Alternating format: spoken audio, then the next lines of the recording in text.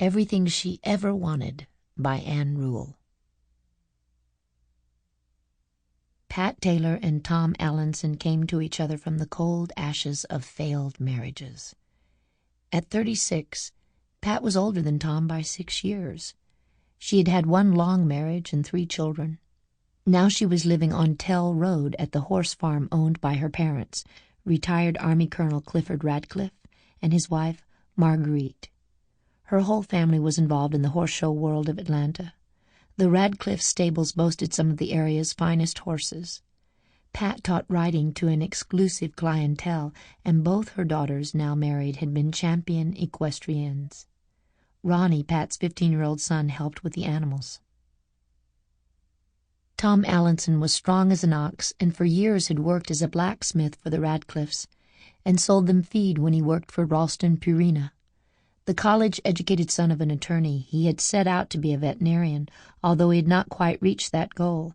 Tom had been a friend to Pat's family, nothing more, but any woman who watched him at work, naked to the waist, his muscular torso glistening with sweat, would have noticed him. Shoeing the Radcliffe's prize Morgan horses, he lifted their hooves in his hand as easily as if they were lamb's feet. In the fall of 1973, Tom was seeking a divorce from his second wife and needed a temporary place to live.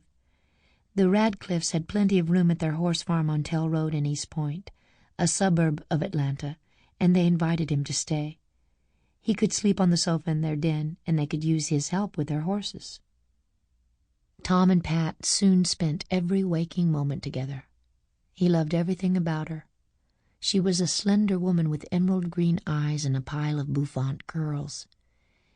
He knew she had married first when she was in the 10th grade and dropped out of school. She was tiny-boned and fragile, often ill. Sometimes she seemed anxious and frightened. It didn't matter to Tom. All he had to do was open up his huge arms and she would crawl up on his lap and hide in the safety of his strength. He always told her, "Remember, Shug, first things first, and the first most important thing is that I love you more than anything in this world." Pat would answer in a voice that belied her 36 years. "I love you, Sugar. I love you, Shug." Pat continually surprised Tom. She loved doing dainty handwork, embroidery, and painting. He knew almost nothing of her life before he met her and didn't care to know. She, however, was curious about his family and the women he had loved before her. His biggest fear was that her health would completely break down and he would lose her. When she was taken with one of her fainting spells and hospitalized, he was desolate. With tears in his eyes... Sample complete. Ready to continue?